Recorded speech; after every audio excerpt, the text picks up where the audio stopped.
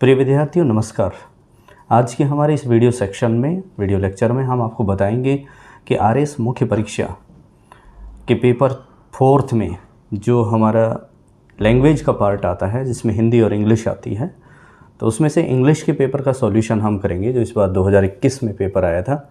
80 marks के इस प्रश्न पत्र में अमूमन जो नॉन इंग्लिश बैकग्राउंड विद्यार्थी होते हैं वो कहीं ना कहीं पिछड़ जाते हैं, लेकिन उनके पिछड़ने की कुछ ऐसी वजह होती हैं जिन वजह से उनके मार्क्स कम होते हैं और उन मार्क्स को अधिक मार्क्स में तब्दील करने के लिए या इस 80 मार्क्स की इंग्लिश में अधिकाधिक नंबरों की कैसे प्राप्ति हो, मार्क्स की कैसे प्राप्ति हो, इसके लिए कौन से मुख्य बिंदु हैं जिनको ध्यान में रखना चाहिए, ये मैं आपको आज इस पेपर के सॉल्यूशन के साथ बताने वाला हूँ।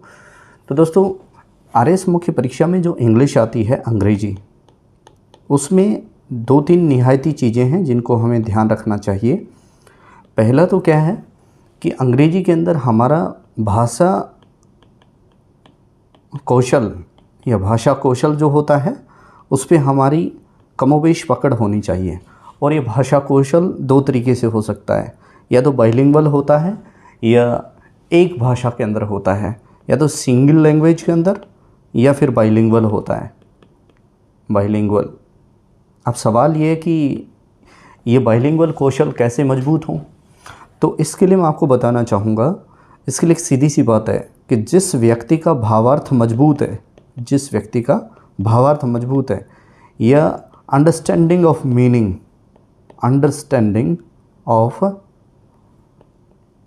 स्पेलिंग्स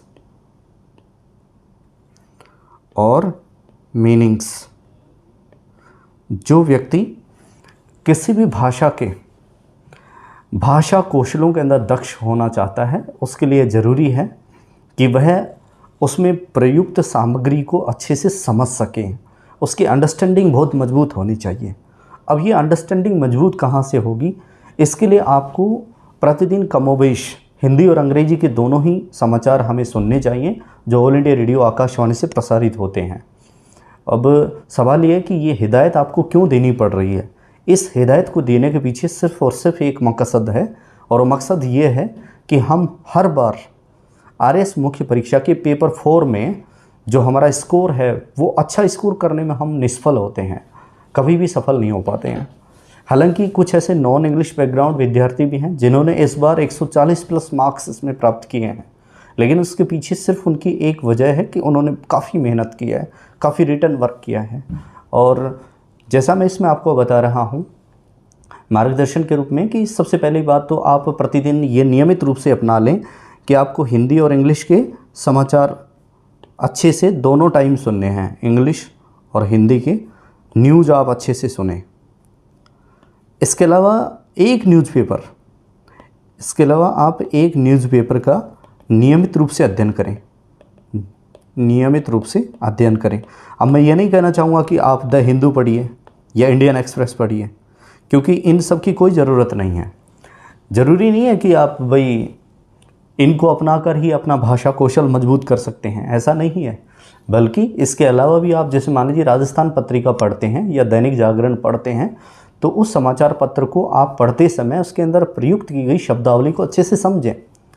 और मैं ये दावे से कहता हूँ कि जिस व्यक्ति का हिंदी का भाषा अभिव्यक्ति कौशल जितना ज़्यादा मजबूत है, वो अंग्रेजी को उतने ही अच्छे तरीके से समझ सकता है।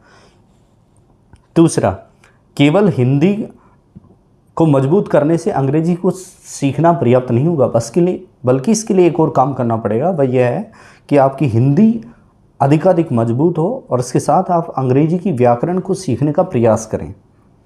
इससे क्या होगा कि आपकी भावार्थ को समझने की ताकत बहुत मजबूत होगी और इसका फ़ायदा आपको मेंस में आंसर राइटिंग में मिलेगा।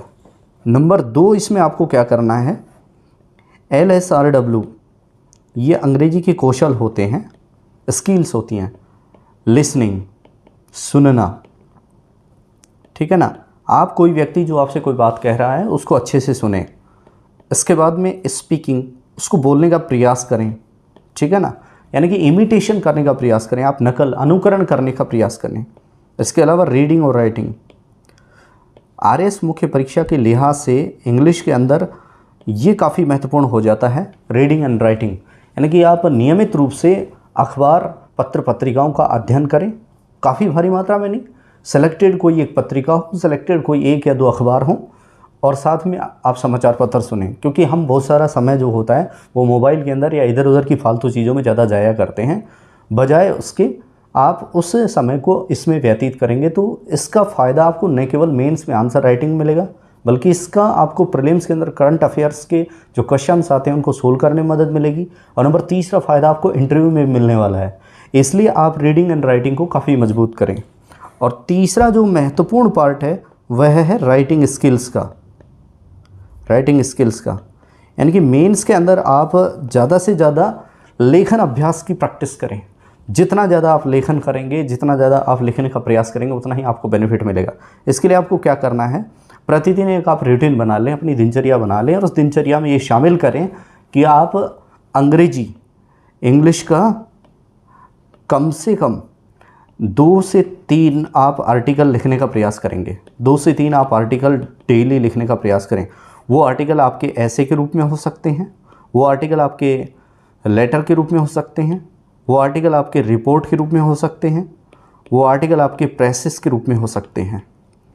और ये जो पार्ट है, जब आप प्रतिदिन राइटिंग स्किल का अभ्यास करेंगे, राइटिंग, इससे क्या होगा कि आपके अंदर सबसे पहला तो यह कि आप टेक्सटीरियस होंगे, आप एक्सपर्ट बन जाएंगे। और वो एक्सपर्ट कैसे बनेंगे, मान लीजिए आपने प्रतिदिन 2 से 3 एपिसोड का अभ्यास किया है, तो इसका फ़ायदा आपको मेंस में मिलेगा कि आपने कम से कम यदि 3 महीने तक आपको मेंस की तैयारी का अवसर मिला है, 3 से 4 महीने, हालांकि ज़्यादा मिलता है राजस्थान के अंदर आरएस परीक्षा के अंदर, ये काफ़ी संभावना होती है कि आपको मेंस के लिए समय मिले। हालांकि इस बार समय पर ये पेपर हुआ है, लेकिन फिर भी 3-4 महीने के अंदर मान लीजिए डेली की अगर आप 2 भी लिखते हैं ना, तो आपको कितना बड़ा बेनिफिट होने वाला है, देख लीजिए। आप इसमें से साप्ताहिक रूप से भी अगर 2-3 लिखेंगे तो भी खूब है, लेकिन मैं डेली का इसलिए कह रहा हूँ क्योंकि 4th पेपर है, उसमें इंग्लिश और हिंदी की नियमित रूप से आप कक्षा लें, नियमित रूप से आप पढ़ाई करें। डेली कमोबेश 1 से 2 घंटे आपको लैंग्वेज को देने हैं। इसका फ़ायदा आपको अच्छे मार्क्स प्राप्त करने में, अच्छे स्कोर्स करने में मदद मिलेगी। और इस प्रकार से जब आप राइटिंग स्किल्स पर फोकस करेंगे, आप प्रतिदिन इनको लिखने का अभ्यास करेंगे, तो आपको बेनिफिट होने वाला है। इसके अलावा एक और महत्वपूर्ण बात है, वह है चाहे हिंदी की बात हो चाहे अंग्रेजी की, ग्रामर की, यानी कि व्याकरण की। अब व्याकरण का क्या किया जाए, व्याकरण का जवाब हमारा पहला बिंदु ऑटोमेटिक दे देता है। पहला बिंदु मैंने क्या बताया था कि आप नियमित रूप से अखबार और समाचार का जरूर अपने जीवन में आत्मसात करें। इन दोनों चीज़ों को, समाचार सुने और अखबार नियमित रूप से पढ़ें, और उसमें आने वाली जो शब्दावली या जो टर्मिनोलॉजी है उसको आप एब्जॉर्ब करने की कोशिश करें अपने जीवन में। ऐसा नहीं है कि सतही रूप से आपने अखबार पढ़ लिया या समाचार आप सुन रहे हैं, ध्यान आपका कहीं है या आपके ऊपर आप ये, या फिर आप उस पर फोकस नहीं कर पा रहे हैं, तो इसका फ़ायदा आपको नहीं मिलने वाला है। इसलिए पहला बिंदु जो है वह आधारशिला है आपकी ग्रामर की। जब आप हिंदी और अंग्रेजी को अच्छे से अपने आप में कोशिश करेंगे जब आपको मान लीजिए आपकी हिंदी मजबूत है, तो अंग्रेजी स्वतः उसका अनुकरण करेगी, अंग्रेजी भी आपको स्वतः ही सरल होती चली जाएगी। इसके बाद में आप ग्रामर जो आपकी निर्धारित किसी भी आप एक गाइड का प्रयोग कर सकते हैं। कोई भी एक गाइड, मैं कोई स्पेशल रिकमेंड नहीं करूँगा, उस गाइड के आधार पे आप अंग्रेजी के ग्रामर को ठीक कर सकते हैं। तो ये चीज़ आपको, अगर आप इन चीज़ों को फॉलो करेंगे तो निश्चित रूप से आरएस के पेपर 4 के अंदर आप अच्छा स्कोर करने में कामयाब होंगे। और चलिए अब दोस्तों, अब शुरुआत करते हैं आरएस मुख्य परीक्षा के। इस बार इंग्लिश का जो पेपर आया था उसका सॉल्यूशन हम करने वाले हैं। हालांकि इसका सॉल्यूशन मैंने करके तैयार किया है, लेकिन फिर भी इसको मैं आपको साथ ही साथ समझाते चलता हूँ। देखिए, पहला क्वेश्चन हमारा था जो हमारे आर्टिकल्स एंड डिटर्मिनर्स वाले पार्ट से था, यानी कि जो बेसिक हमारे पार्ट्स ऑफ स्पीच थे वहाँ से क्वेश्चन आए थे शुरुआत के, जो 10 एक नंबर के। इसमें हमारे को एरर छांटना था और दोबारा से सही शब्द का हमें चुनाव करना था, यानी कि लिखना था। Italy is an European country. देखो यूरोपियन, ये यहाँ पे इसमें गड़बड़ है। यूरोपियन, इसमें यू की आवाज़ है, ये यू है ना, इसमें ये जो होता है वो कॉन्सोनेंट होता है। क्या होता है? कैंसोनेंट साउंड होता है, यानी कि व्यंजन ध्वनि होती है। और व्यंजन ध्वनि से पूर्व हम कभी भी स्वर का प्रयोग नहीं करते हैं। मैं हिंदी बाइलिंगुअल बता रहा हूँ आपको, कभी भी हम वावल का प्रयोग नहीं करते हैं। बल्कि हम वहाँ पर किसका प्रयोग करते हैं, कंसोनेंट साउंड से पूर्व किसका प्रयोग करेंगे, ए का प्रयोग करेंगे। किसका प्रयोग करेंगे, ए का, एन का प्रयोग नहीं किया जाएगा। इसलिए आपको यहाँ पर किसका प्रयोग करना है, ए का। नंबर दूसरा है रमेश गुप्ता इज MBBS। देखो MBBS इसमें ए है, ए क्या है, ए यहाँ पर ए है, इसका मतलब ये क्या है, वावल साउंड है। कौन सी साउंड है, वावल साउंड है। तो वावल साउंड से पूर्व आप किसका प्रयोग करेंगे, आपको मैंने बताया था आर्टिकल और डिटेल में जब मैंने पढ़ाए थे विस्तृत रूप से व्याकरण में, एन का प्रयोग करेंगे, ठीक है ना। इसके अलावा देखते हैं नंबर तीसरा क्वेश्चन था, the island was uninhabited except of ship. ये यहाँ पे था प्रीपोजिशन वाला क्वेश्चन। किसका क्वेश्चन था, प्रीपोजिशन का। और इसमें देखो यहाँ पे मिस्टेक है, एक्सेप्ट ऑफ जो लिखा हुआ है यहाँ पे, इसमें दो तरीके से इसका सुधार हो सकता है।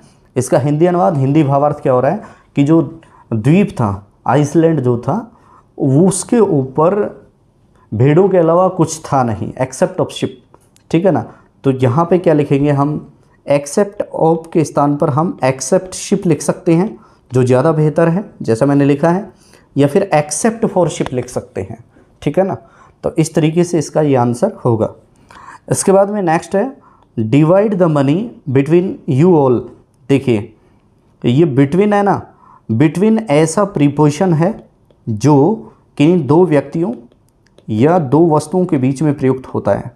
किन्हीं दो व्यक्तियों या दो वस्तुओं के बीच में जब कोई प्रीपोजिशन का प्रयोग करना हो तो किसका करेंगे हम, बिटवीन का करेंगे। लेकिन वहीं दूसरी ओर दो से अधिक जब तादाद होती है कितने से अधिक जब तादाद होती है, दो से अधिक जब तादाद या संख्या होती है, तो वहाँ पर हम अमंग प्रीपोजिशन का प्रयोग करेंगे। कौन से प्रीपोजिशन का प्रयोग करेंगे, अमंग। इसलिए इसका सही आंसर होगा divide the money among you all, ठीक है ना, कि धन को आप सभी के बीच में बांट लीजिए। नेक्स्ट इसका पांचवा क्वेश्चन था did Sohan scratch your card.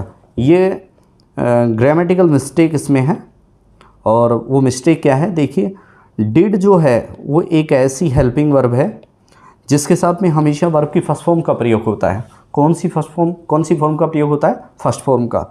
इसलिए डिड के साथ में सब्जेक्ट, ये यहाँ पे इंटरोगेटिव सेंटेंस है तो helping verb plus subject plus verb आता है और प्लस ऑब्जेक्ट।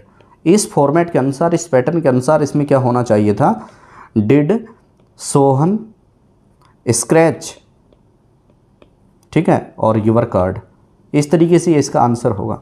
इसका हिंदी अनुवाद होगा क्या सोहन ने तुम्हारे कार्ड को स्क्रैच किया, या किया था, या करता था। ये तीन भावार्थ इसके हो सकते हैं। तो ये ध्यान रखना है, जब आपको मैंने टेंसेस पढ़ाए थे उसमें बताया था बाकायदा, उसमें पैटर्न भी बता रखा है, did plus subject plus verb की फर्स्ट फॉर्म। तो ये इसका आंसर होगा। नेक्स्ट क्वेश्चन है 120 miles are too far to travel, ठीक है ना, कि 120 मील की दूरी यात्रा करने के लिए बहुत दूर होती है। अब देखो मेरा जो मैंने हिंदी भावार्थ बोला है उसी में इसका उत्तर आ गया। 120 मील की दूरी, एक वचन है बहुवचन, 120 तो एक से ज़्यादा है, लेकिन इस 120 क्या है, दूरी है। तो 120 मील की दूरी ये सिंगुलर का पर्याय है। किसका पर्याय है, सिंगुलर का पर्याय है। इसमें एक वचन का भावार्थ स्पष्ट होता है। इसलिए हमारे को 120 माइल्स को इंटीग्रेटेड रूप से किस हेल्पिंग वर्ब के साथ लगाएंगे हम, इज के साथ। अब यहाँ पर यदि आप आर का प्रयोग करते हैं तो बिल्कुल गलत है, सरासर गलत है। इसलिए ये जो क्वेश्चन था आपके एग्जाम में, ये सिंटैक्स या कंकड़ से संबंधित था, या सब्जेक्ट वर्ब एग्रीमेंट से। और सब्जेक्ट वर्ब एग्रीमेंट में क्या होता है कि आपको सब्जेक्ट के अनुसार वर्ब का तालमेल के साथ प्रयोग करना होता है। अब इसमें जो कॉन्कॉर्ड था वो गलत था, क्योंकि 120 माइल्स जो है वह एकीकृत रूप से एक ही है, एक ही नाउन है, और उसके साथ में हमें इज किसका प्रयोग करना है, इज का। नेक्स्ट है may it snow this far south. यहाँ पर मॉडल वाला क्वेश्चन है, जैसे मे लिखा हुआ है तो मे एक मॉडल है, यानी कि मॉडल ऑक्सिलरी, मॉडल सहायक क्रिया है। इसमें may it snow this far south, यहाँ पर क्या है कि बहुत दूर तक क्या बर्फ़ दिखाई देगी। तो इसमें क्या है, मे है ना, बहुत दूर तक, इसका मतलब बहुत दूर, बहुत सुदूर। इसका मतलब क्या है कि बहुत सुदूर की कोई गारंटी नहीं है कि भाई बर्फ़ दिखाई दे, इसलिए इसमें संभावना जो है वो कम है, रिमोट पॉसिबिलिटी है। और रिमोट पॉसिबिलिटी के लिए, यानी कि क्षीण संभावना के लिए हम जिस मॉडल का प्रयोग अंग्रेजी में करते हैं वह होता है माइट। इसलिए यहाँ पर मे गलत है, किसका प्रयोग होना चाहिए था, माइट का प्रयोग होना चाहिए था। नेक्स्ट क्वेश्चन है लेट वाला क्वेश्चन है, let her told to wait here. देखो लेट वाले क्वेश्चंस के अंदर सबसे पहले मैं आपको बता दूं, लेट के बाद में हमेशा ऑब्जेक्ट होता है और फिर इसके बाद में वर्ब की फर्स्ट फॉर्म होती है, या फिर इसका दूसरा तरीका यह है कि let plus object plus be plus verb की थर्ड फॉर्म, ये इसका सेकंड फॉर्मेट होता है। इसलिए हम क्या करेंगे कि या तो इसको हम ऑब्जेक्ट के साथ रखते हुए एक्टिव फॉर्म में लेके आएंगे, या फिर अगर पैसिव फॉर्म में लेके जाते हैं तो हमें क्या करना है, पैसिव फॉर्म में ले जाने के लिए हमको उस लेट के साथ में बी प्लस वर्ब की थर्ड फॉर्म का प्रयोग करना है।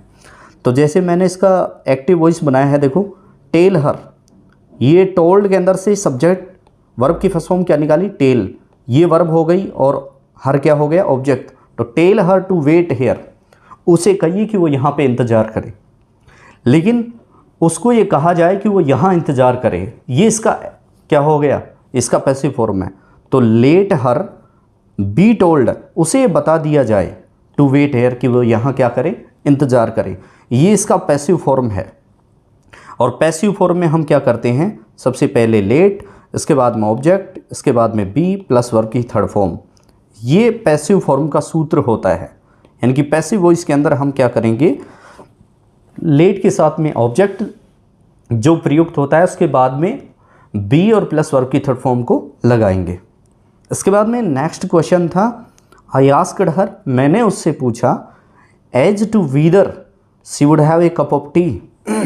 मैंने उससे ये पूछा कि क्या तुम एक चाय का कप चाहेंगे। तो ये नरेशन वाला वाक्य है, नरेशन या स्पीच वाला वाक्य है।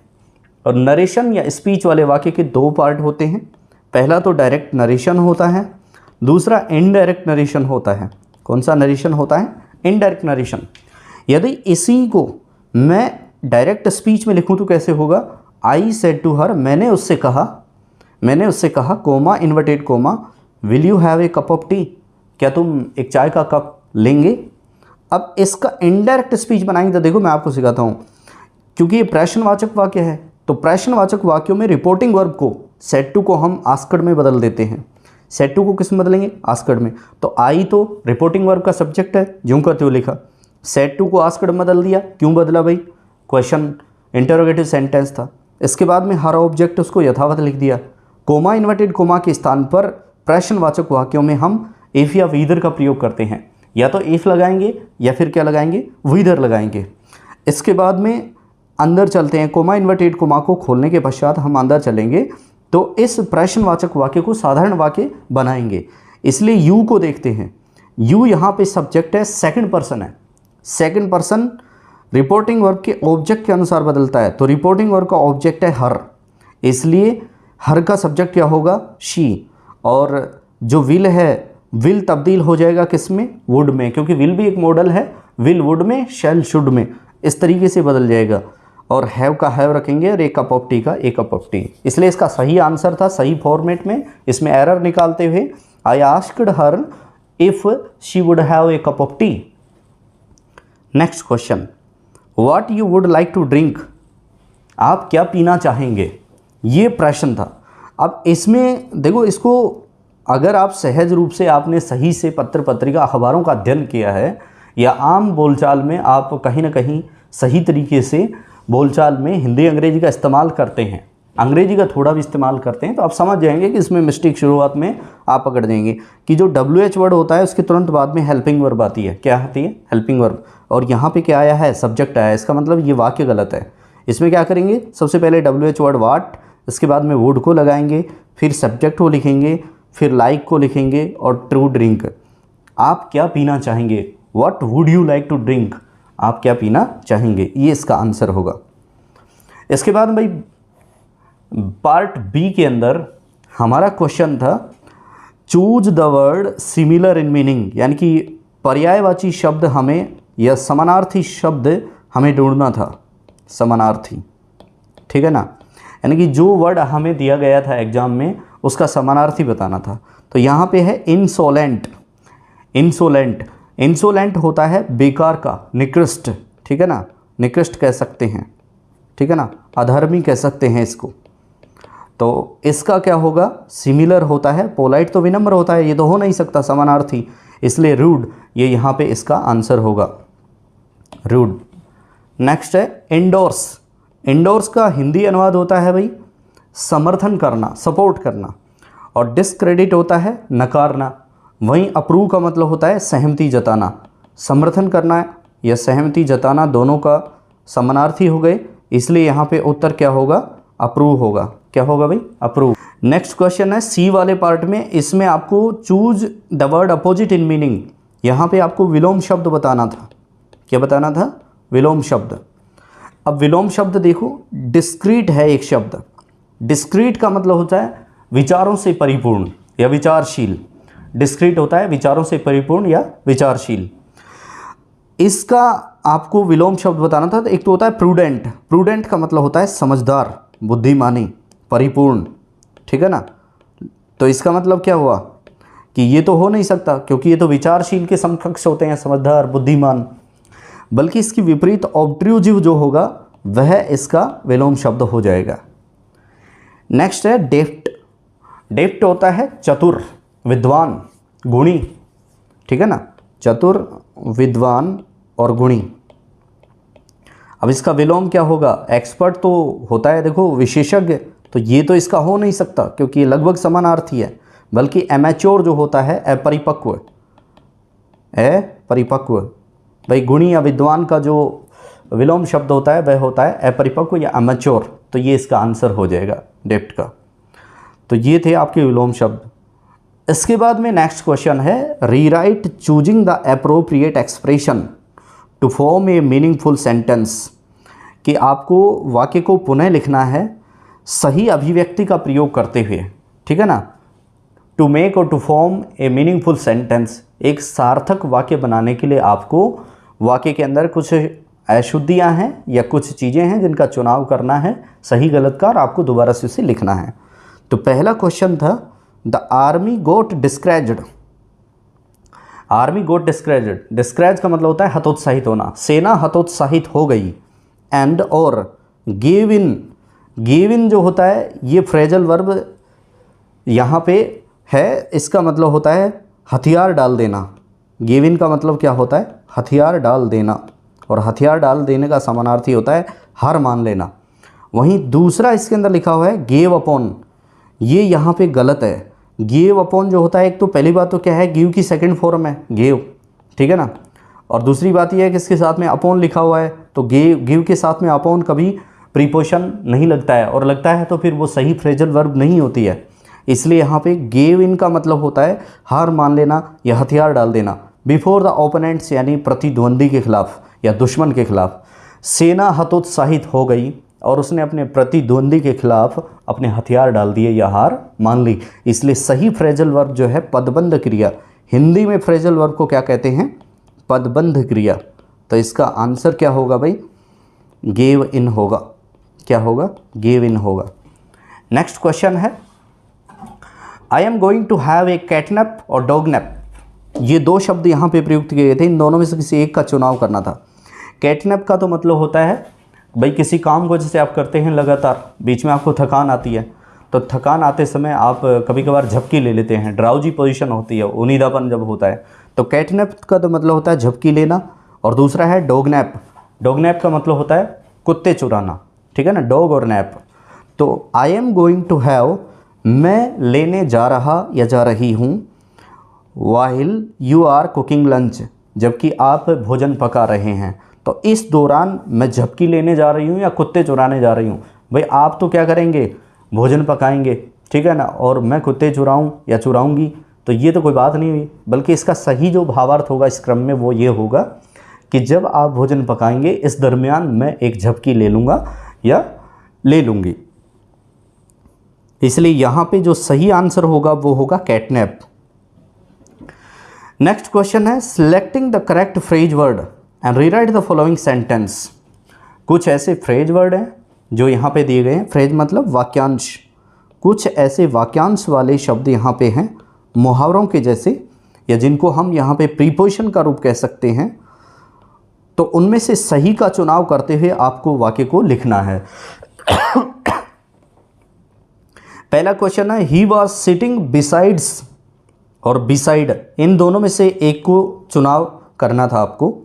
Me when I was eating the cake, जब मैं केक खा रहा था तो वह मेरे बगल में बैठा हुआ था। तो अब बिसाइड्स जो होता है ना, बिसाइड एक तो होता है और एक होता है बिसाइड्स, दोनों का हिंदी अर्थ आपको बता देता हूँ, दोनों प्रीपोजिशन हैं। बिसाइड का मतलब होता है बगल में या छोर में, और बिसाइड्स का मतलब होता है के अतिरिक्त। वह मेरे के अतिरिक्त बैठा हुआ था जब मैं केक खा रहा था। ये बात तो गलत है, बल्कि इसका सही उत्तर क्या होगा, he was sitting beside me, वह मेरे बगल में बैठा था जब मैं केक खा रहा था। इसलिए यहाँ पे बिसाइड आंसर सही होगा, बिसाइड्स गलत है। नेक्स्ट क्वेश्चन है ही वॉज कॉन्फिडेंट और कॉन्फिडेंट दो हैं, एक तो कॉन्फिडेंट है और एक कॉन्फिडेंट है। तो कॉन्फिडेंट होता जो है उसका अर्थ होता है विश्वास पात्र, और एक होता है कॉन्फिडेंट, इसका मतलब होता है आश्वस्त। तो he was confident that he would clear his exam, वह इस बात को लेकर विश्वास पात्र था, एक तो ये है, और एक वह इस बात को लेकर आश्वस्त था। तो कौन सा सही है, आश्वस्त। तो यहाँ पे कॉन्फिडेंट सही होगा, ही वॉज कॉन्फिडेंट, वह इस बात को लेकर आश्वस्त था that he would clear the exam, कि वह एग्जाम को पास कर लेगा। इसके बाद भाई नेक्स्ट क्वेश्चन था आपका 19वां, write a one word substitute for the following expressions, कि नीचे दी जा रही अभिव्यक्तियों के लिए आप एक वन वर्ड का प्रयोग करें, यानी कि वाक्यांश के लिए एक वाक्य का प्रयोग, एक शब्द का प्रयोग करना था आपको। तो वन वर्ड सब्सटीट्यूशन, इसमें पहला क्वेश्चन है ए डिप्लोमेटिक रिप्रेजेंटेटिव, एक कूटनीतिक प्रतिनिधि ऑफ ए कंट्री, एक देश का, टू अनदर कंट्री, जो दूसरे देश के अंदर होता है। यूपीएससी की परीक्षा पास करके लोग आईएएस, आईपीएस और आईएफएस का चुनाव करते हैं।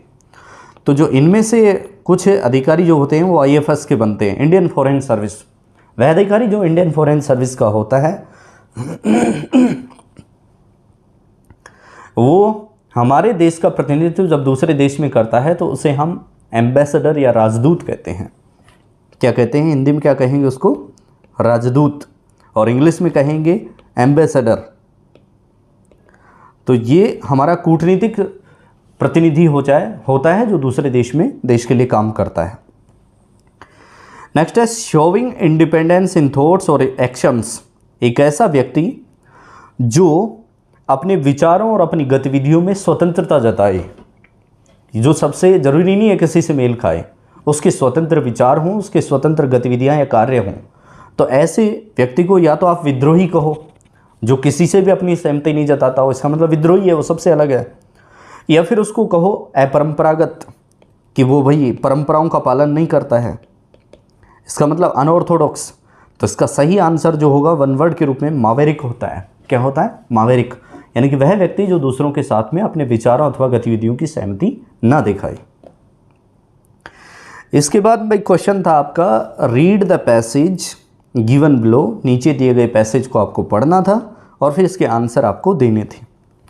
तो इसके अंदर क्या था कि प्रत्येक क्वेश्चन 2 नंबर का था, कुल 5 प्रश्न इसके नीचे दिए हुए हैं जो 10 नंबर का है। और ये मार्क्स गेनिंग कुछ पार्ट होते हैं कंपोजिशन के और कुछ ट्रांसलेशन के, जिनमें आप अधिकाधिक नंबर प्राप्त कर सकते हैं। इसके लिए आपको मैंने बताया वो तरीका अपनाना पड़ेगा। तो इस वाले पैसेज को हम पढ़ते हैं, इसके आंसर करने का प्रयास करेंगे। पहले इसको पढ़ लेते हैं। The thoughtless, the ignorant and the indolent, seeing only the apparent effect of things and not to the things themselves, talk of luck, of fortunes and chance, कि वे लोग जो विचारहीन होते हैं, जो गैर बुद्धिमानी होते हैं, जिनमें बुद्धि नहीं होती है, जो अंधकार में रहते हैं, एंड इंडोलेंट, और जो स्तरहीन व्यक्ति होते हैं, वे केवल चीज़ों के साफ दिखाई देने वाले या उजले क्षेत्र को या उजले पार्ट को देखते हैं। And not the things themselves, talk of luck, of Fortune and chance, और कभी भी वे उसके बारे में बातचीत नहीं करते हैं जिसमें भाग्य का सहारा हो और अवसर का सहारा हो। Seeing a man grow rich, एक व्यक्ति को धनवान होते हुए देखना, फिर वो लोग कहेंगे हाउ लकी ही इज, कि वह कितना भाग्यशाली है। ऑब्जर्विंग अनोदर बिकम इंटेलेक्चुअल, दे एक्सक्लेम, दूसरे व्यक्ति को वे जब ऑब्जर्व करते हैं, अवलोकन करते हैं उसका, तो वे बड़ी बुद्धिमानी के साथ कहते हैं how highly favoured he is, कि वह कितना सुलझा हुआ इंसान है। And nothing the saintly character, और कभी भी वे संत वाले जो उसका चरित्र होता है उसके बारे में नहीं सोचते हैं। And wide influence of someone else they remark, और ना ही वे किसी दूसरे के उस अधिकाधिक प्रभाव को समझने का प्रयास करते हैं, ना उसके बारे में कहते हैं। How chance aids him at every turn, बल्कि वो इसके विपरीत क्या कहेंगे कि देखो कितना गजब का संयोग है कि जब भी उसकी बारी आती है तो अवसर उसकी मदद कर देता है, या उसे ऐसा अवसर मिलता है कि वह उसमें पार पा लेता है। Then they don't see the trials, फिर वे इसके कभी भी सुनवाई का ध्यान नहीं देते हैं। एंड फेलर्स, ना उसकी असफलताओं पे गौर करते हैं। एंड स्ट्रगल्स, और ना ही उसके संघर्षों पर। Which these men have voluntarily encountered in order to gain their experience, जिससे कि इन व्यक्तियों ने स्वैच्छिक रूप से उनको प्राप्त करते समय, उन अनुभवों को प्राप्त करते समय भिड़ंत ना हुई हो। Have no knowledge of sacrifices, उनके पास बलिदान का कोई ज्ञान नहीं होता है जो उन्होंने दिया है। ऑफ द अनडाउंटेड एफर्ट्स, और उन साहसिक प्रयासों के बारे में। दे हैव पुट फोर्थ, जिनका प्रयोग उन व्यक्तियों ने किया है। ऑफ द फेथ, उस विश्वास के बारे में। दे हैव एक्सरसाइज्ड, जो उन्होंने जताया है। That they might overcome the apparently insurmountable and realise the vision of their heart, और वे कभी भी स्पष्ट रूप से उनके द्वारा अजेय प्रयासों और उनको दिल की दृष्टि को महसूस करने का प्रयास नहीं कर पाते। They don't know the darkness, वे अंधेरे को नहीं जानते हैं। वे कभी भी जो धुंधलाए हुए पक्ष हैं उनके बारे में महसूस नहीं करते हैं। एंड द हार्ट एच, और दिल की पीड़ाओं को। They only see the light and joy, वे केवल प्रकाश और आनंद को देखते हैं। Don't see the long and arduous journey, वे कभी भी उस लंबी और कठिनाइयों से भरी हुई यात्रा के बारे में नहीं सोचते हैं। But only behold the pleasant goal, बल्कि वे एक आसानी से प्राप्त किए जाने वाले सफलता के उस लक्ष्य को ध्यान देते हैं। And call it good Fortune, और फिर इसे कह देते हैं कि ये तो उसका अच्छा भाग्य था कि उसे आरएस बनना था और बन गया। बल्कि ये नहीं समझते हैं कि उसने आरएस बनने के लिए अपने मार्ग के अंदर कितनी कठिन परिस्थितियों का सामना किया होगा। कई बार उसने पारिवारिक मुसीबतों को झेला होगा, कई बार उसने सामाजिक द्वंद्वों का बीच में भी वो फंसा होगा, व्यक्तिगत परेशानियां रही होंगी। तो ये सब चीज़ें होती हैं, लेकिन इसके बावजूद लोग कह देते हैं कि ये तो महज संयोग था जो उसे आरएस बनना था। डोंट अंडरस्टैंड द प्रोसेस, इस प्रक्रिया को मत समझिए। But only perceive the results, बल्कि केवल परिणामों को देखिए। एंड कॉल इट चांस, और फिर इसे अवसर कहिए। यानी कि ज़्यादा बेहतर ये होगा कि आप इसमें सौभाग्य से नहीं कह सकते, अवसर कह सकते हैं। यानी कि जो भी जैसा भी अवसर उसके पास में था उसको उसने भुनाने का प्रयास किया और उसने अपनी सफलता प्राप्त की। अब इसका निचोड़ ये है कि इन ऑल ह्यूमन अफेयर्स, सभी मानवीय मामलों में देयर आर एफर्ट्स, प्रयास किए जाते हैं। एंड देयर आर रिजल्ट्स, और परिणाम होते हैं। And the strength of effort, और प्रयास की जो ताकत होती है, is the measure of the result, वह परिणाम का मापन होती है। कि जितने आपके प्रयास मजबूत थे उतने ही आपके परिणाम भी मजबूत होंगे। चांस इज नॉट, वहाँ कोई अवसर नहीं होता है, केवल प्रयास होता है। प्रयास की गंभीरता परिणाम का अधिकाधिक संभावना को बनाती है। गिफ्ट्स, उपहार, पावर्स, ताकत, मटेरियल, भौतिकवादिता, इंटेलेक्चुअल बुद्धि एंड स्पिरिचुअल पोजीशंस, और आध्यात्मिक चीज़ें are the fruits of effort, ये सभी आपके द्वारा किए गए प्रयासों का परिणाम होता है।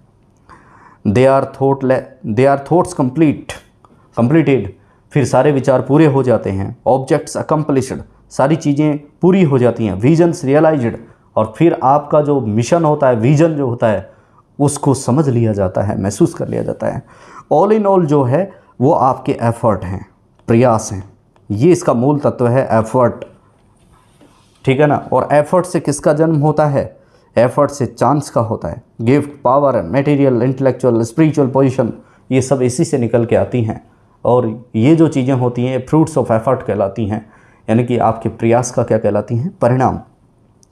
तो पहला क्वेश्चन था इसका, विच पीपल, कौन से लोग, seeing the apparent effect of things talk of luck, Fortune and chance, कौन से लोग होते हैं जो स्पष्ट रूप से आपके भाग्य की बातचीत करते हैं, आपके सौभाग्य की बात करते हैं और आपके लिए अवसर की बात करते हैं?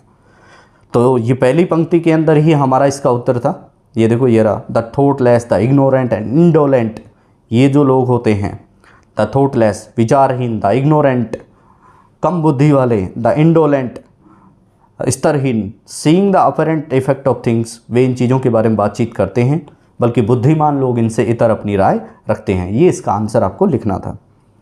नेक्स्ट क्वेश्चन है, when do such people consider luck and chance to favour an individual, कब इस प्रकार के लोग भाग्य और अवसर को मानते हैं एक व्यक्तिगत रूप से किसी की मदद के लिए, यह व्यक्तिगत रूप से किसी की मदद के रूप में भाग्य और अवसर को ये लोग कब मानते हैं? ये उस समय मानते हैं, इसका आंसर था when such people see man grow rich, जब इनको दिखाई देता है कोई आदमी धनवान हो रहा है तो कहते हैं भाई इसके भाग्य में लिखी थी माया, इसलिए धनवान बन गया।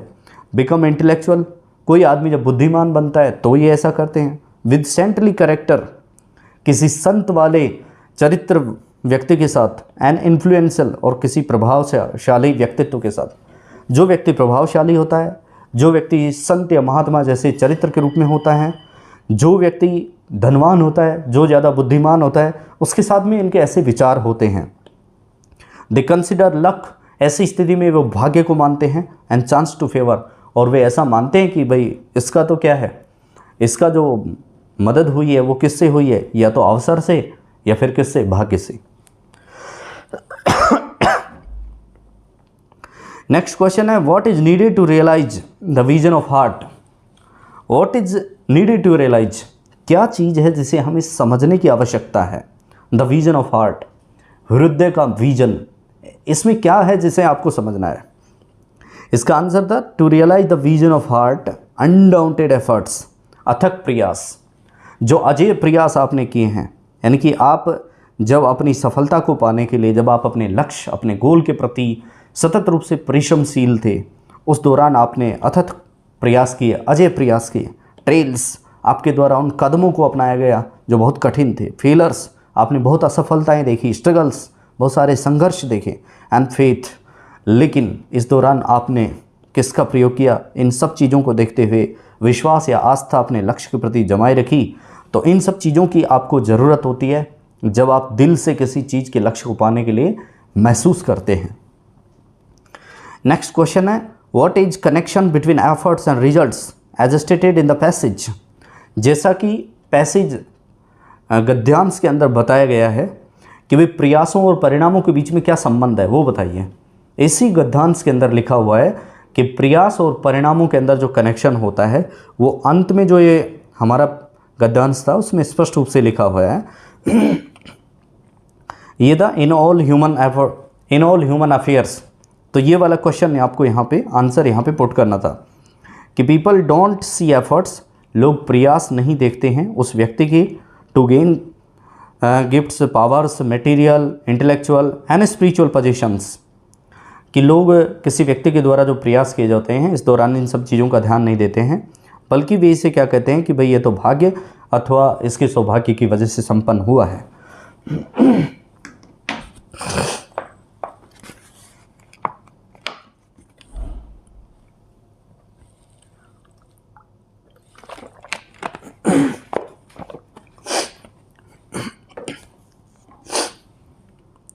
And the strength of effort is the measure of the result, और इस प्रकार से जो प्रयासों की जो ताकत होती है वह आपके परिणाम का मापन होती है। तो ये आपके पैरा के अंत में आया था जो आपको इसमें आंसर के रूप में लिखना था। नेक्स्ट लास्ट क्वेश्चन था गद्यांश का, वो था find a word in the passage that has same meaning in the following, कि इस पंक्ति से आप हमें ये बताएंगे जो इसका समानार्थी कोई शब्द हो।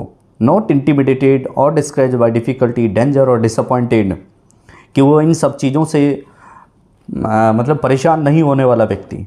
ऐसा व्यक्ति जो परेशानी, खतरे अथवा निराशा से कभी भी हारे नहीं, तो वह व्यक्ति होता है अजेय, यानी कि अनडाउंटेड। अनडाउंटेड को हिंदी में क्या कहेंगे, अजेय। इसके बाद भाई पार्ट बी के अंदर हमारे इस सेक्शन में था translate the following sentences into English, कि नीचे दिए जा रहे वाक्यों को आपको अंग्रेजी के अंदर ट्रांसलेट करना था। पहला क्वेश्चन था बाल अपचारियों के पुनर्वसन के लिए सक्रिय न्यायिक एवं सामाजिक प्रयासों की आवश्यकता है। तो देखो, अब नॉन इंग्लिश बैकग्राउंड वाले व्यक्तियों के सामने परेशानी खड़ा करेगा। जो इंग्लिश बैकग्राउंड वाले हैं वो इसको ईजिली लिख सकते हैं, लेकिन नॉन इंग्लिश बैकग्राउंड वाले लोग क्या करेंगे, उनके लिए देखो, अगर उन्होंने अखबार पढ़ा है, अगर उन्होंने पत्र पत्रिकाओं का नियमित रूप से, समाचारों को नियमित रूप से उन्होंने सुना है, तो ये सारी शब्दावली हमारे समाचारों के अंदर या समाचार पत्रों में दिन ब दिन प्रतिदिन आती है, क्योंकि ये वर्तमान परिप्रेक्ष्य में आपसे ऐसी लाइन दी गई है जो करंट अफेयर्स से जुड़ी हुई है कि आजकल जो बाल अपचारी होते हैं, वे बालक जो 16 साल से कम उम्र के होते हैं, जो अपराध कर देते हैं, उनको बाल अपचारी कहा जाता है। और उनके पुनर्वसन के लिए, यानी कि पुनर्वसन को अंग्रेजी में कहते हैं रिहेबिलिटेशन, ठीक है ना, दोबारा से किसी स्थान पर विस्थापित करते हुए उनको बसाना या उनको उस स्थिति में लेकर आना जहाँ पर वो सही रूप में आए। और बाल अपचारी को हम कहते हैं जुवेनाइल। जुवेनाइल होता है किशोर, और ऑफेंडर का मतलब होता है बदमाश, जो किशोर बदमाश होते हैं या अब्यूजर्स होते हैं। तो जुवेनाइल ऑफेंडर्स एक स्पेलिंग हो गई। पुनर्वसन को हम रिहेबिलिटेशन कहेंगे। सक्रिय एक्टिव हो गया, और न्यायिक जुडिशियल हो गया। दो चीज़ें होती हैं, एक तो सक्रिय न्यायिक होता है और एक न्यायिक सक्रियता होता है। तो न्यायिक सक्रियता को तो हम अंग्रेजी में कहते हैं जुडिशियल एक्टिविज्म, ठीक है ना। ये बहुत अच्छा पॉइंट है पॉलिटी और आईआर वाले पार्ट के लिए, जुडिशियल एक्टिविज्म। लेकिन इसके विपरीत सक्रिय न्यायिक है, तो इसको हम अंग्रेजी में कहेंगे प्रोएक्टिव जुडिशियल। और सामाजिक प्रयास यानी सोशल एफर्ट्स, और आवश्यकता यानी नीड। तो अब इसका आप आराम से लिख सकते हैं उसको सही क्रम में जमा के। तो इसका हो जाएगा rehabilitation of juvenile offenders and abusers, कि किशोर या बाल अपचारियों के पुनर्वास में रिक्वायर्स यानी ज़रूरत है प्रोएक्टिव जुडिशियल यानी कि सक्रिय न्यायिक, और जुडिशियल एक्टिविज्म तब होता है जब न्यायिक सक्रियता होती है, और सोशल एफर्ट्स इनकी ज़रूरत है। नेक्स्ट है भाई, मैं अब भी तुम्हारे साथ होने से ज़्यादा खुश होना नहीं जानता। देखो कितनी अच्छी लाइन है, लेकिन उसको घुमा के लिखा है। मैं अब भी तुम्हारे साथ होने से ज़्यादा खुश होना नहीं जानता। तो ठीक है ना। तो इसको हमने पार्ट में डिवाइड करने के बाद में यहाँ पे इसको सही से लिखा है आई स्टिल। अब भी का मतलब हो गया स्टिल, मैं आई, और नहीं जानता डोंट नो, मैं अब भी नहीं जानता हूँ। हाउ टू बी हैप्पियर, कि कैसे मैं ज़्यादा खुश रहूँ। हैप्पियर, हैप्पी की सेकंड फॉर्म है। हैप्पी की कौन सी फॉर्म है? हैप्पियर सेकंड फॉर्म, यानी कि ये यहाँ पे कौन सी डिग्री है? कंपैरेटिव डिग्री है। कौन सी डिग्री है भाई? कंपैरेटिव। पहले पॉजिटिव डिग्री, दूसरी कंपैरेटिव, तीसरी सुपरलेटिव। तो ये कंपैरेटिव डिग्री है। कंपैरेटिव के साथ में हमेशा देन लगता है being you. I still don't know how to be happier than being you. मैं अब भी तुम्हारे साथ होने से ज़्यादा खुश होना नहीं जानता। ये इसका ट्रांसलेशन है। तीसरा था भाई आपका, उत्तर पुस्तिका में यथासंभव संक्षिप्ताक्षर का प्रयोग ना करें एवं पूर्ण रूप लिखें। संक्षिप्त अक्षर, इसको हम अंग्रेजी में कहेंगे एब्रीविएटेड। क्या कहेंगे? एब्रीविएटेड, ठीक है ना। अब देखो, डोंट राइट शॉर्ट आंसर, इसको आप वैसे लिख दो सरल अंग्रेजी के अंदर, डोंट राइट शॉर्ट आंसर, कि संक्षिप्त उत्तर ना लिखें, राइट कंप्लीट आंसर, पूर्ण उत्तर लिखने का प्रयास करें। ये इसका हो जाएगा। नेक्स्ट है भाई, कवि ने उर्मिला के चरित्र में, द पोएट, कवि का मतलब द पोएट, उर्मिला के चरित्र में, in the character of Urmila, ये इसका हो गया। एक स्त्री के दर्द और विरह की वेदना को, एक स्त्री के दर्द, पेन ऑफ ए वुमन, और विरह की वेदना, विरह की वेदना, तो ये सेपरेशन, विरह होता है बिछड़ना यानी कि सेपरेशन, को बहुत सुंदर तरीके से, ब्यूटीफुल्ली, और उकेरने को अंग्रेजी में कहते हैं पोर्ट्रेड या डिपिक्टेड। तो द पोएट डिपिक्टेड और portrayed the pain of a woman and the misery, agony और डिस्ट्रेस, ये सब क्या होता है? वेदना ऑफ सेपरेशन यानी अलगाव की, in the character of Urmila, Urmila के चरित्र के अंदर। द पोएट ब्यूटीफुली डिपिक्टेड, सुंदरता से उबारा है। इसका मतलब यहाँ पे ब्यूटीफुली और जुड़ जाएगा जो मैंने नहीं लिखा है। The poet beautifully depicted the pain of a woman and the misery of separation in the character of Urmila. Next है भाई, विद्यार्थियों के असंतोष से उत्पन्न अनुशासनहीनता का कारण उनकी ये भावना है कि उनके विचारों और आकांक्षाओं की बहुधा उपेक्षा की जाती है। तो इसका होगा the reason for the indiscipline arising out of the dissatisfaction. इसका यहाँ तक भावार्थ क्या होगा कि असंतोष के कारण जो अनुशासनहीनता जो उत्पन्न हो रही है विद्यार्थियों में, वह इस बात की भावना है कि वे लोग their ideas and aspiration are often neglected, कि जो आजकल के विद्यार्थी हैं या जो बालक हैं, उनकी जो विचार होते हैं, जो उनकी आकांक्षाएं होती हैं, हम उनको क्या करते हैं, नेग्लेक्ट करते हैं। हम उनको क्या करते हैं, नेग्लेक्ट, उनकी उपेक्षा करते हैं। यही कारण है। तो अनुशासनहीनता, इनडिसिप्लिन, असंतोष, डिससेटिस्फिकेशन, भावना, फीलिंग, विचार, आइडियाज, आकांक्षा, एस्पिरेशंस, और उपेक्षा, नेग्लेक्ट, और नेग्लेक्टेड यहाँ पे हो जाएगा, और विद्यार्थी, स्टूडेंट्स। तो ये आपका ट्रांसलेशन था। इसके बाद भाई नेक्स्ट क्वेश्चन था, make a precious of the following passage in about 1/3 of its length, कि जो आपको पैसेज दिया गया है इसका आपको प्रेसिस लिखनी है, और वो कितना लिखनी है, 1/3 पार्ट में लिखनी है। पहले तो आपको क्या करना चाहिए, एग्जाम में दिए हुए पैसेज को अच्छे से पढ़ना है, एक नहीं 2 बार पढ़ना है, क्योंकि लैंग्वेज वाले पार्ट में आपके पास पर्याप्त समय होता है। आप बहुधा ये शिकायत करते हैं कि भाई समय कम था इसलिए मैं पूरा नहीं लिख पाया, ऐसा कुछ नहीं है, आपके पास पर्याप्त समय होता है। आप यदि 1 से 2 बार पैसेज को पढ़ लेंगे तो आप कमोबेश उसके मूल को समझ पाएंगे, the main theme of that passage. और अगर आपको मेन थीम समझ में आ गया तो आप आराम से प्रेसिस लिख सकते हैं। तो इस बार क्रिप्टो करेंसी पर हमारा ये पैसेज आया था जिसकी प्रेसिस लिखनी थी। We have heard about the term cryptocurrency, हमने इस शब्द क्रिप्टो करेंसी को सुना ही है, which is blooming in the investment market, जो कि निवेश बाजार के अंदर खूब फल फूल रही है। टुडे यानी आज के दिन, the digital currency is taking the world to a new direction, आजकल जो डिजिटल मुद्रा है वो विश्व को एक नई दिशा में लेके जा रही है। According to a market research company, एक बाजार शोध कंपनी के अनुसार, more than 13,000 different cryptocurrencies exist in the world, कि आज संसार के अंदर 13,000 से भी ज़्यादा क्रिप्टो करेंसी मौजूद हैं। To mention a few names, यदि इनके कुछ नामों का उल्लेख किया जाए तो इनमें bitcoin, Ethereum, कार्डेनो, tether and the likes of them, और इस प्रकार के अन्य दूसरी क्रिप्टो करेंसी बाजार में काम कर रही हैं। Different countries have different opinions on crypto currency, अलग अलग देशों के क्रिप्टो करेंसी पर अलग अलग विचार या भावनाएं हैं। व्हाट एग्जैक्टली क्रिप्टो करेंसी, लेकिन सवाल यह है कि क्रिप्टो करेंसी है क्या। इससे पहले तो उनका विवरण दिया है, बैकग्राउंड बनाया है, लेकिन अब सवाल यह है कि क्रिप्टो करेंसी क्या है, ये यहाँ पे मूल है इस पूरे पैसेज का।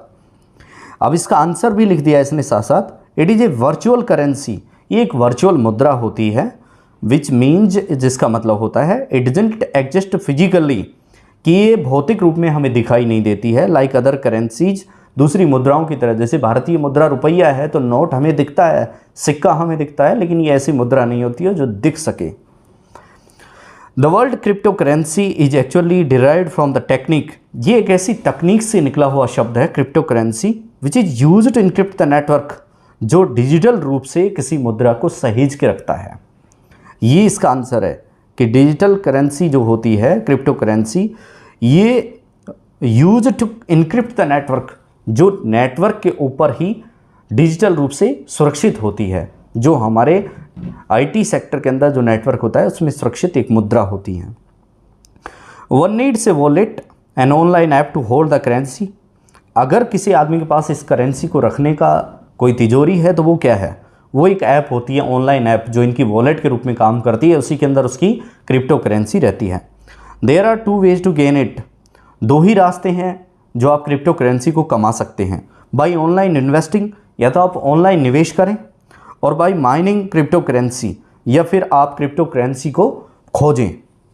Various countries have accepted cryptocurrency as legal tender, others have banned it, अगर तमाम विश्व की बात की जाए तो कुछ एक दूसरे देश ऐसे हैं जिन्होंने क्रिप्टो करेंसी को स्वीकार किया है लीगल टेंडर के रूप में, यानी कि कानूनी निविदा के रूप में, जबकि कुछ दूसरे हैं जिन्होंने इसको बैन किया, प्रतिबंधित किया है। The rules for cryptocurrency are not very clear in India, Bharat के अंदर क्रिप्टो करेंसी को लेकर जो नियम हैं वो बहुत स्पष्ट नहीं है, but talks are underway to recognise it, लेकिन इसके ऊपर विचार विमर्श किया जा रहा है। तो ये क्रिप्टो करेंसी का आपका पैसेज था। इसकी आपको क्या लिखनी थी, आपको प्रेसिस लिखनी थी। तो देखो, सबसे पहले हमने लिखा cryptocurrency blooming in investment market and there are more than 13,000 cryptocurrencies such as Bitcoin, Ethereum etcetera, कि भाई क्रिप्टो करेंसी आजकल निवेश बाजार के अंदर खूब फल फूल रही है और तमाम विश्व के अंदर बिटकॉइन, एथेरियम जैसी 13,000 से ज़्यादा क्रिप्टो करेंसीज काम कर रही है। An encryption based digital currency, इसमें क्या होता है कि नेटवर्क के ऊपर, इंटरनेट नेटवर्क पर ही ये डिजिटल करेंसी जो होती है ये सुरक्षित होती है। Which uses an online wallet to store it, जो ऑनलाइन ऐप के अंदर ही उसके वॉलेट के अंदर सुरक्षित की जा सकती है, संग्रहित की जा सकती है। There is a difference of opinions, लेकिन फिर भी विचारों का विभव है, विचारों के अंदर भिन्नता है।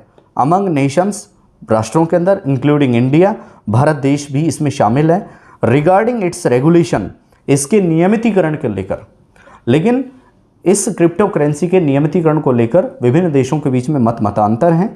विदर accepting it as legal tender, कि क्या इसको कानूनी या वैध निविदा के रूप में स्वीकार किया जा सकता है अथवा नहीं, एक तो ये, और बैन इट, या फिर इसको प्रतिबंधित कर दिया जाए। तो ये द्वंद्व जो है फिलहाल विभिन्न राष्ट्रों के बीच में क्रिप्टो करेंसी को लेकर चल रहा है। ठीक है, इसके बाद में हम नेक्स्ट क्वेश्चन देखते हैं। नेक्स्ट क्वेश्चन है भाई हमारा, वो था right a paragraph of any one of the following in approximately 200 words. हमारे को 200 शब्दों के अंदर एक पैराग्राफ लिखना होता है। 3 टॉपिक दिया जाते हैं, उनके अंदर से एक टॉपिक हमें छांटना होता है। तो इस बार जो आपको टॉपिक दी गई थी उसमें पहला था the work from home culture, कि घर से काम करना। आप मान लीजिए किसी उद्यम, किसी संस्था, किसी फर्म, किसी कंपनी में काम करते हैं अथवा किसी इंस्टीट्यूशन के अंदर काम करते हैं। लेकिन कोरोना महामारी के अंदर इस बार ये हुआ कि लगभग 2 से 2.5 साल के उस ब्रेक के दौरान लोगों को घर से ही काम करना होता था और इसके बदले उनको भुगतान किया जाता था। तो ये जो कल्चर थी, वर्क फ्रॉम होम कल्चर, इसके ऊपर आपको पैसेज लिखना था, पैराग्राफ लिखना था। पैराग्राफ यानी परिच्छेद, हिंदी में पैराग्राफ को क्या कहेंगे, परिच्छेद। दूसरा था freedom of speech and democracy, कि बोलने की स्वतंत्रता और लोकतंत्र, जो हम बहुधा इसको डेली, नित्य प्रतिदिन हमारे जो विभिन्न आलेख आते हैं अखबारों के अथवा समाचार पत्रों के अंदर, समाचारों के अंदर हम ये सुनते हैं, लेकिन कभी इसको आत्मसात करने का प्रयास किया नहीं। अगर हमने किया होता तो हम इसके ऊपर आसानी से एक पैराग्राफ लिख सकते हैं, 200 शब्दों में नहीं तो 150 में लिख सकते हैं। और तीसरा था impact of modern technology on farming, कि कृषि पर आधुनिक तकनीकी का प्रभाव, कि भाई आजकल जो टेक्नोलॉजी है उसने कृषि को कैसे प्रभावित किया है, उसके सकारात्मक पक्ष, उसके नकारात्मक पक्ष, और फिर उसका कंक्लूजन इसमें लिखना था। अब मैं आपको बता दूं कि जब हम किसी पैराग्राफ को लिखते हैं किसी टॉपिक के ऊपर, तो हमारे को बेसिक चीज़ों का ध्यान रखना होता है। एक तो क्या है कि जो थीम आपको दिया गया है, जो आपको टॉपिक दिया गया है, उसके इर्द गिर्द आपकी मूल भावना, उसकी मूल भावना को तलाशें कि इसका बैकग्राउंड क्या बनाऊं, पृष्ठभूमि आप लिखें। इसके बाद में उसके मेन आइडियाज़ आपको लिखने हैं कि भाई क्या है, कैसे है, क्यों है। फिर उसके पॉजिटिव पॉइंट्स आपको लिखने हैं, कुछ नेगेटिव पॉइंट्स आपको लिखने हैं, और इसके बाद में आपको उसका कंक्लूजन देना है। यानी जो पैराग्राफ होता है वो समीक्षात्मक रूप से, तुलनात्मक रूप से बैलेंस होना चाहिए। ठीक है ना। तो हमने इसमें लिखा है the work from home culture पर, ड्यू टू कोविड-19 पेंडेमिक, कोरोना महामारी वैश्विक महामारी थी, उसके कारण the work from home culture become a new way to work, एक नया तरीका काम करने का बन गया है। अकम्प्लिश द टास्क, जिसमें कार्य को किया जाता है। In this way A person can do work, इस प्रकार से एक व्यक्ति काम कर सकता है। बाय यूजिंग इंफॉर्मेशन टेक्नोलॉजी, सूचना प्रौद्योगिकी का प्रयोग करते हुए, एंड ऑनलाइन इक्विपमेंट्स, और ऑनलाइन यंत्रों का प्रयोग करते हुए, रादर देन ऑफलाइन जॉब, एक ऑफलाइन नौकरी के बजाय। इस प्रक्रिया में या इस तरीके से व्यक्ति ऑफलाइन नौकरी के बजाय ऑनलाइन यंत्रों के माध्यम से और सूचना प्रौद्योगिकी का प्रयोग करते हुए घर बैठे कार्य कर सकता है। फॉर एग्जाम्पल, उदाहरण के रूप में IT sector, banking, service sector, support sector etcetera, ये सारे ऐसे सेक्टर हैं जहां पे आप घर बैठे कार्य कर सकते हैं। अब वर्क फ्रॉम होम कल्चर के बारे में लिखा है, this culture is much comfortable for people, ये लोगों के लिए ज़्यादा सहज है यह संस्कृति। Employees can save a great deal of money, इससे जो कार्मिक होते हैं बड़ी भारी मात्रा के अंदर पैसे की बचत कर सकते हैं एंड टाइम और अपने समय की।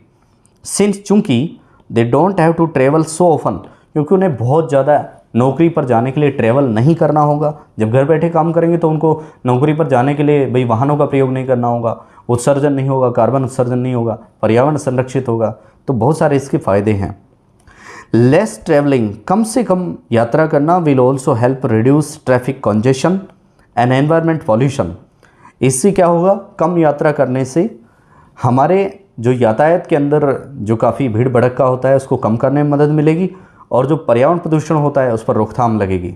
बिसाइड्स, इसके अतिरिक्त, ये आया था ना देखो वहाँ पे प्रीपोजिशन वाले क्वेश्चन में, besides working at home doesn't mean staying inside all day long. घर पर कार्य करने का मतलब ये नहीं है कि आप दिन भर घर के भीतर रहें। People can choose to work in their garden और बैकयार्ड। लोग काम करने के लिए, ये ऑनलाइन जो काम होता है वह व्यक्ति चाहे तो अपने गार्डन में बैठ के कर सकता है, अपने घर के अहाते में बैठ के कर सकता है। Wherever makes them feel convenient work, जहाँ पर उनको कार्य करने में सरलता हो, सहजता हो, कन्वीनियंट, आसानी हो, वहाँ पे आदमी इस वर्क फ्रॉम होम कल्चर में कार्य कर सकता है। मोर ओवर, और ज़्यादा बात की जाए तो employees are under less stress. Work from home culture में उनके ऊपर बाउंडेशन नहीं होती है, कोई बाध्यता नहीं होती है, कोई उनके ऊपर बॉस का रोब नहीं होता है। इसलिए क्या करेगा वो, इसमें कम तनाव के अंदर रहकर कार्य करेगा। With A flexible working schedule, उसका एक बहुत आसान कार्य करने का जो शेड्यूल होगा। However there are some disadvantage also, यद्यपि वर्क फ्रॉम होम कल्चर के कुछ नुकसान भी हैं, डिसएडवांटेज, नुकसान। इंस्टेंस, उदाहरण के रूप में, working from home personal space, घर पर अपने व्यक्तिगत स्थान से कार्य करते समय reduce face to face instruction. सबसे पहला इसमें जो कमजोरी होती है कि फेस टू फेस इंस्ट्रक्शन जो होता है वो कम होता है। भाई आप ऑफिस जाएंगे, जब आप ऑफलाइन जॉब करेंगे तो आपके सामने क्या होगा, आपका बॉस होगा, आपके अपने उच्चस्थ अधिकारी होंगे, आपके अधीनस्थ कर्मचारी होंगे, उनके साथ में आपको दिन भर वार्तालाप या अन्य दूसरे काम संबंधी इंटरेक्शन करने होते हैं। लेकिन इसमें वो सब नहीं हो पाता है। लेक ऑफ डिसिप्लिन, आपके पास अनुशासन की कमी होती है। लेक ऑफ फॉर्मल रूटीन, और औपचारिक रूप से जो आपकी दिनचर्या बनी हुई होती है वो इसमें नहीं होती है। Some people may get distracted from work. इसमें क्या होता है कि कुछ लोग अपने काम से डिस्ट्रैक्ट हो सकते हैं, यानी कि विकर्षित हो सकते हैं बाय एक्सटर्नल एफर्ट्स फैक्टर्स। कुछ बाहरी ऐसे तत्व होते हैं जिनसे वे विकर्षित हो सकते हैं। ये इसका सबसे बड़ा नुकसान है कि भाई आप मान लीजिए घर पे काम कर रहे हैं, कोई दूसरा आदमी आ गया, आप क्या कह रहा है, भाई आप क्या कर रहे थे, लाओ चलो घूमने चलते हैं, ठीक है यार इसको बाद में कर लेना, तो आप क्या करेंगे, पहले वहाँ चले जाएंगे। मतलब आप इसमें एक शेड्यूल में बंधे हुए नहीं होते हैं। ऑफिस वर्क होता है, ऑफलाइन वर्क होता है, उसमें आप 10 से 5 काम करेंगे, लेकिन इसमें ऐसा नहीं है, आप रात में भी कर सकते हैं, सुबह शाम कर सकते हैं। तो ये भी इसका एक डिसएडवांटेज है। There are some demerits of working from home. घर पर कार्य करने के कुछ दोष भी हैं। Yet working from home should be encouraged, लेकिन फिर भी घर से कार्य करने की जो संस्कृति है इसको हमें प्रोत्साहित करना चाहिए। Because advantage overcome the disadvantage, क्योंकि जो नुकसान होते हैं उनकी समाप्ति या जो फायदे होते हैं उनका जन्म नुकसान से ही होता है। यानी कि पहले आप जो आपके अवगुण हैं उनको मिटाएंगे तभी गुणों की प्राप्ति होगी। इसलिए वर्क फ्रॉम होम कल्चर आजकल ज़्यादा प्रचलन में है और काफ़ी मददगार भी है। इसके बाद में भाई दोस्तों आपका नेक्स्ट क्वेश्चन था जिसमें आपको पल्लवन लिखना था। क्या लिखना था? पल्लवन। और पल्लवन होता है विस्तरीकरण, यानी कि दिए हुए एक लाइन अथवा वाक्यांश को आपको विस्तार में लिखना था। इसमें 3 टॉपिक थे आपके। Child is the father of man, बालक जो है वह आदमी का पिता होता है। बिल्कुल सही है। बच्चा हमारे परिवार में जन्म लेता है, छोटा सा बच्चा उन्हीं संस्कारों को ग्रहण करेगा जो उसके परिवार में अन्य दूसरे सदस्यों माता पिता के होते हैं। उनकी कल्चर क्या होती है, इन सब चीज़ों को एब्जॉर्ब करता है बालक और फिर वो बड़ा बनता है। इसलिए बालक या जो बच्चा होता है वही आदमी का क्या होता है, बाप बनता है। Sweet are the uses of adversity. और तीसरा था no man should be condemned unheard, किसी भी व्यक्ति को बिना सुने उसकी भर्त्सना या उसकी बुराई नहीं की जानी चाहिए, पहले उसको सुनना चाहिए। कहते हैं ना कि आंखों देखी और कानों सुनी बात पे विश्वास करना चाहिए। लेकिन हमने यहाँ पे टॉपिक चुना है child is the father of man, कि जो बच्चा होता है वह आदमी का बाप होता है। तो इस पे लिखा है a man is formed by his habits, एक व्यक्ति अपनी आदतों से निर्मित होता है। ही प्रैक्टिस्ड एज ए चाइल्ड, वह एक बालक के रूप में अभ्यास करता है, जैसे डॉक्टर चिकित्सा का प्रैक्टिस करता है ना, ऐसे। ऑल्सो द सराउंडिंग्स, वह उस वातावरण के अंदर भी इन्फ्लुएंसेस, वातावरणीय प्रभावों को अपने अंदर सुरक्षित करता है, सहिता है। एंड एक्सपीरियंसेस, और अनुभवों को। One undergoes in one's childhood leave a deep impact on one's personality, किसी एक आदमी के बचपन के अंदर जब वह इन सब चीज़ों से प्रभावित होता है तो उसी से उसके व्यक्तित्व का निर्माण होता है। वंस पर्सनैलिटी, उसके व्यक्तित्व का क्या होता है, निर्माण होता है। दस इस प्रकार से it is necessary that a child finds A heart healthy environment at home, इसलिए आवश्यक है कि एक बालक को घर पर एक बहुत स्वस्थवर्धक पर्यावरण की प्राप्ति होनी चाहिए, एक अच्छा वातावरण उसे दिया जाए। एंड इन अदर प्लेसेस, और दूसरे स्थानों पर भी इसके साथ में ऐसा होना चाहिए। ओनली देन, केवल तभी हिज फिजिकल, उसका शारीरिक, मेंटल, मानसिक एंड सोशल डेवलपमेंट, और उसका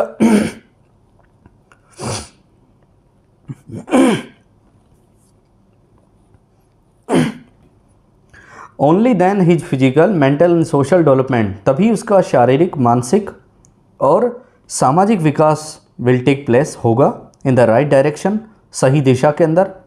सच a child will grow up into a joyful, hopeful and generous man, और इस प्रकार से जब किसी बालक का चहुमुखी विकास किया जाता है, सर्वांगीण विकास किया जाता है, तो वह बालक फिर एक हंसमुख, आशावादी और एक उदार व्यक्तित्व का रूप धारण करता है।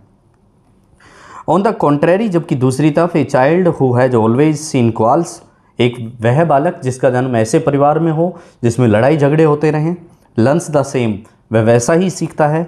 लाइकवाइज हार्टेड एंड डिस्ट्रेस, जिससे बहुत ज़्यादा घृणा की जाती है, इस प्रकार का। एंड डिस्ट्रेस, और बहुत ज़्यादा अवसाद के अंदर। अमंग द फैमिली मेम्बर्स, जहाँ पर परिवार के सदस्यों के बीच में ऐसा देखने को मिलता है। इन द नेबरहुड, पड़ोस में ऐसा वातावरण होता है। And surroundings have an adverse effect, और जैसा वहाँ का वातावरण होता है वैसा ही उस दूसरे बालक पर असर पड़ता है। हैंस, अतः he will grow up into a well adjusted personality, जो बेकार के वातावरण के अंदर जिस बालक का जन्म, पालन पोषण हुआ है, वह इस प्रकार से एक अव्यवस्थित व्यक्तित्व के रूप में आदमी बनेगा। He will show disrespect for the family, society and culture, इस प्रकार से ऐसा बालक ना तो परिवार के प्रति, ना समाज के प्रति और ना संस्कृति के प्रति सम्मान दिखा सकता है, वो असम्मान की भावना से देखेगा। Such a person can not save society, इस प्रकार का व्यक्ति समाज को सुरक्षित नहीं रख सकता।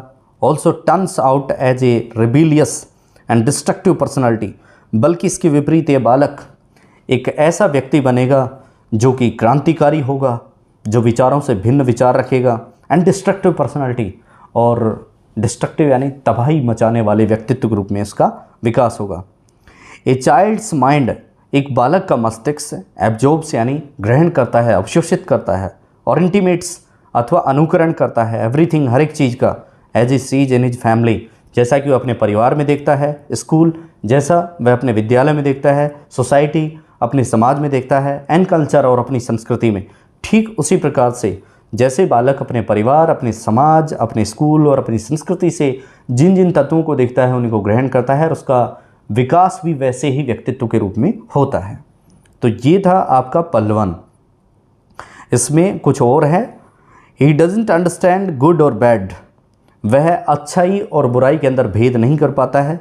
दस there is a huge responsibility on the part of the parents, इसलिए वर्तमान परिप्रेक्ष्य की अगर बात की जाए तो यहाँ पे इसका ये हमने कंक्लूजन लिखा है कि यदि वर्तमान परिप्रेक्ष्य में बात की जाए तो माता पिता की ये बड़ी जिम्मेदारी है, स्कूल, विद्यालय की एंड सोसाइटी और समाज की, कि उन सभी को मिलके they must focus on values from the very childhood, कि उनको बहुत शुरुआत के बचपन से या बचपन के बहुत शुरुआत से ही बालक के नैतिक मूल्यों का विकास करना चाहिए। ओनली देन, केवल तभी we can build a man of virtues, तभी हम एक गुणी व्यक्तित्व का, एक गुणी व्यक्ति का निर्माण एक बालक से कर सकते हैं। इसलिए एक बच्चे को आदमी का पिता कहा जाता है कि जिस बच्चे को जैसा सिखाएंगे वैसा होगा। एक कहानी भी है कि दो तोते थे, उनको लाया जाता है, एक तो महात्मा ले जाता है और दूसरा डाकू। जैसा डाकू था तो उसके जैसा तोता वो बोलता था, और भाई संत था तो उसकी जैसी वाणी वो बोलता था। तो इस प्रकार से जैसा देश वैसा भेष। और अंतिम क्वेश्चन था भाई आपका, जिसमें आपको लेटर लिखना था या उसके अथवा में एक रिपोर्ट थी। रिपोर्ट तो आपको लिखनी थी इंडस्ट्रियल वेस्ट डिस्पोजल, कि औद्योगिक कचरा जो होता है उसका निस्तारण कैसे किया जाए। ये खूब अखबारों के अंदर आता है। जो आपका पेपर आया है वो टोटल अखबार के स्तर पर टिका हुआ है। यदि आपने अंग्रेजी और हिंदी के अखबारों को अच्छे से पढ़ा सुना है, समाचारों को, तो निश्चित रूप से आपको इसमें अच्छे मार्क्स प्राप्त होने वाले हैं। अब कुछ लोगों ने ये लिखा है, लेकिन हमने ये लिखा है write a letter to the joint secretary, संयुक्त सचिव को पत्र लिखना है, डिपार्टमेंट ऑफ लेबर वेलफेयर, जो कि आपके श्रम कल्याण विभाग के संयुक्त सचिव हैं। उनको driving attention to the government policy, सरकारी नीति की तरफ आपको उनका ध्यान आकर्षित करना है, जिसमें बताया गया है कि नो वर्क नो पे, कि यदि काम नहीं तो दाम नहीं। Complaining about the bank employees, जिसमें बैंक एम्प्लॉयज़ के बारे में शिकायत करनी है, who went on strike on 22 जनवरी, जो 20, 21 और 22 जनवरी को हड़ताल पे चले गए हैं। अब ये पत्र किसको लिखा जाएगा? जॉइंट सेक्रेटरी को लिखा जाएगा। किसका जॉइंट सेक्रेटरी है? लेबर वेलफेयर डिपार्टमेंट का है। और इसको पत्र लिख रहे हैं तो इसमें अता पता कुछ नहीं है, इसलिए हमने वैसे ही पता डाल दिया कि 3rd floor, Pune Heights 1C, May 30, 2022, ठीक है ना। और the joint secretary department of labour welfare, ये है पदासीन व्यक्ति जिसको आपको लेटर लिखना है, पुणे सिटी महाराष्ट्र, ठीक है ना। ये पद है जिसको हम लिखेंगे। इसके बाद में हमें इसमें सब्जेक्ट लिखना है, क्योंकि ये ऑफिशियल लेटर है, कंप्लेनिंग लेटर है, आधिकारिक पत्र है, इसलिए इसमें आप यदि सब्जेक्ट लिखेंगे तो आपके लिए ज़्यादा बेनिफिशियल होगा। सब्जेक्ट है to complain about the bank employees strike, कि बैंक के जो कर्मचारी हैं उनके द्वारा जो हड़ताल की गई है उसके बारे में आपको शिकायत करनी थी। फिर इसके बाद में हमने इसमें सैल्यूटेशन का प्रयोग किया है, संबोधन का, रिस्पेक्टेड सर और मैडम, क्योंकि चूँकि जॉइंट सेक्रेटरी अधिकारी है इसलिए उसको आप सम्मानीय सर, श्रीमान जी अथवा मैडम लिखेंगे, ये उसका पद से उसको संबोधित करेंगे। I would like to draw your attention, मैं आपका ध्यान आकर्षित करना चाहूँगा, to the bank employees strike on January 20, 21, 22। मैं आपका ध्यान बैंक कर्मचारियों के द्वारा 20, 21 और 22 को जो हड़ताल की जाने वाली जनवरी को, उसकी तरफ। Customers are facing lots of inconveniences, problems including their deposition and withdrawal of cash in accounts. और इसमें जो भारी समस्या है बैंकों की हड़ताल के बारे में, वो आपने लिखी है इसमें, कि भाई जो बैंकों के ग्राहक हैं वे उनके कैश को जमा कराने अथवा निकालने संबंधित बड़ी भारी परेशानियों का सामना कर रहे हैं, उनको दुविधा हो रही है। दो यद्यपि government policies are indifferent for the work on job work, कि कार्य करने के लिए सरकार की यद्यपि जो नीति है वह बिल्कुल जो बनाई गई है वो यथावत है, जैसी है। I am aware of the policy of the government of no work no pay, लेकिन यद्यपि मुझे इस बात का मालूम है कि भाई काम नहीं तो दाम नहीं, लेकिन फिर भी इससे नुकसान किसका हो रहा है? आम जनता का हो रहा है। कि चलो ठीक है कि गवर्नमेंट एम्प्लॉय जो बैंक के हैं वो हड़ताल पे चले गए हैं तो उनको नौकरी के पैसे नहीं मिलेंगे उस दिन के, ये ठीक है, लेकिन इसके विपरीत आम जनता को नुकसान हो रहा है, परेशानियों का सामना करना पड़ रहा है। Under which if A government employees goes on strike, जिस नीति के तहत कहा गया है कि यदि कोई सरकारी कर्मचारी हड़ताल पे जाता है, then there will be salary deduction, तो उसके वेतन को काट लिया जाएगा। लेकिन फिर भी इसके इतर आपको लिखना है, may I therefore request you, लेकिन मैं फिर भी आपसे ये विनती करता हूँ, निवेदन करता हूँ, to look into the gravity of the situation, कि आप इस स्थिति की, ये जो परिस्थिति है इसकी गंभीरता के अंदर जांच करें, and ensure a solution as soon as possible, और आप ये प्रयास करें अपने स्तर से कि जल्दी से जल्दी इस समस्या का कोई निस्तारण हो, कोई रास्ता निकले। ये आपने अपने लेटर में विवरण दिया है। अब आप अंत में भाई ठीक है, अब आप एक उम्मीद जताएंगे संयुक्त सचिव लेबर वेलफेयर डिपार्टमेंट से कि भाई वो उससे आपको एक सकारात्मक जवाब मिले। अंत में आप लिखेंगे, I shall be grateful to you, मैं आपके प्रति कृतज्ञ रहूँगा। I look forward to hearing from you soon, मैं आपकी तरफ से जल्दी जवाब की प्रतीक्षा में रहूँगा, या आपके पत्र के जल्दी उत्तर की प्रतीक्षा में। और अंत में आप लिखेंगे, विद रिगार्ड्स ससम्मान योर्स फेथफुल्ली, आपका भवननिष्ठ, ये मैंने वैसे किसी का नाम लिख दिया है, सैमसन। तो ये था प्रिय विद्यार्थियों आपका आरएस पेपर 4 इंग्लिश का, जो इस बार आरएस में 2021 में आया है। और इसका हमने सॉल्यूशन, मुझे उम्मीद है कि आप अच्छे से इसको समझ पाए होंगे, क्योंकि मैंने बाइलिंगुअल इसको बहुत अच्छे से समझाने का प्रयास किया है। इसका पक्ष एक और ये भी है, जो मैंने शुरुआत में आपको बताया था इसका सॉल्यूशन कराते समय, कि आपको ज़्यादा से ज़्यादा प्रयास ये करना है कि आप समाचार पत्रों का अध्ययन करें। रीडिंग और राइटिंग जो दो आपके लैंग्वेज जो स्किल्स होती हैं उन पर आपको फोकस करना है। जो भाषा कौशल हैं उनके ऊपर आप फोकस करना है कि आप ज़्यादा से ज़्यादा प्रतिदिन लिखने का प्रयास करें, समाचारों को सुने बाइलिंगुअल हिंदी और अंग्रेजी के। इससे आपको निश्चित रूप से मजबूती मिलेगी, आपका भावार्थ मजबूत होगा। जब आप हिंदी को अच्छे से समझ सकते हैं तो आप अंग्रेजी को भी समझ सकते हैं।